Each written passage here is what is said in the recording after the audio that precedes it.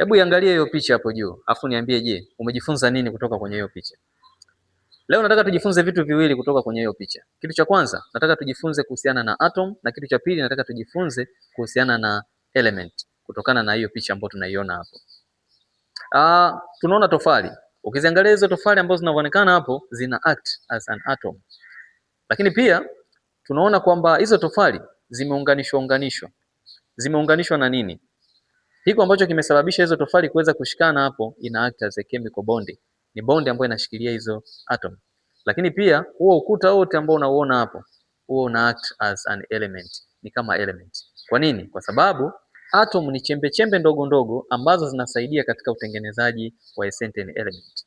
Lakini pia element ni kitu ambacho chenyewe kinatengenezwa kutokana na particles ndogo ndogo ambazo zinaitwa atom. Lakini hizo atoms zinatakiwa ziwe the same kind, ziwe zinafanana. Kwa hiyo kuna element, mfano kuna element ya oxygen. Element ya oxygen imetengenezwa kutokana na atom za oxygen. Tuna element ya hydrogen.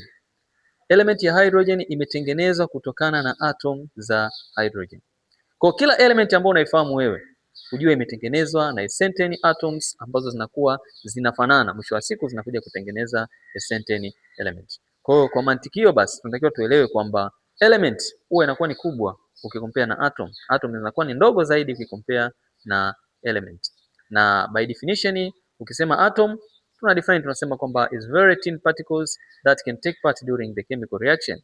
While element tunasema kwamba is a simple chemical substance that cannot split into two or more simple substance by any chemical means. Ni kitu ambacho huwezi ukakivunja kwa any means ili kuweza kutengeneza kitu kingine. Ukivunja bado still itaendelea kubakia as an element. Kwa ni vitu ambavyo tunatakiwa tuwe tunajifunza. Kwa hiyo mzazi kupitia knowledge ambayo tunaipata inatakiwa uwe mwalimu wa mtoto nyumbani. Sometimes watoto huwa wanatudanganya. Wanaweza karudi nyumbani akakwambia, mama, baba, shuleni leo nimevunja atom. Kwa hiyo natakiwa ujue kwamba kumbe atom ni tiny particles ambazo huwezi kuivunja. Kwa kupitia darasa hili tunaamini tutaendelea kujifunza chemistry kwa njia rahisi.